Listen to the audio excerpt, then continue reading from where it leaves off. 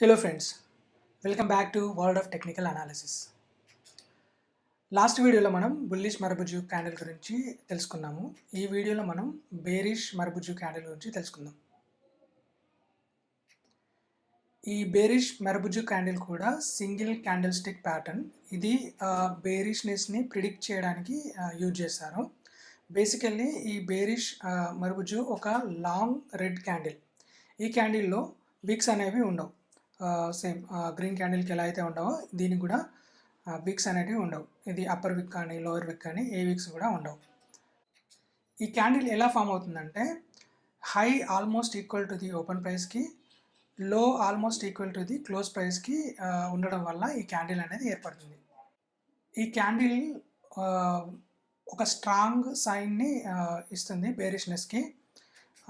ఇది mainly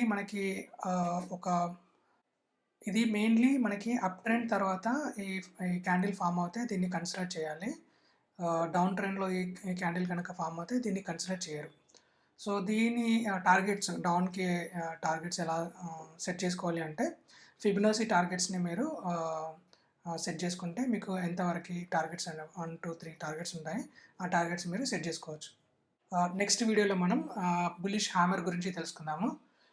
thanks for watching. See in the next video.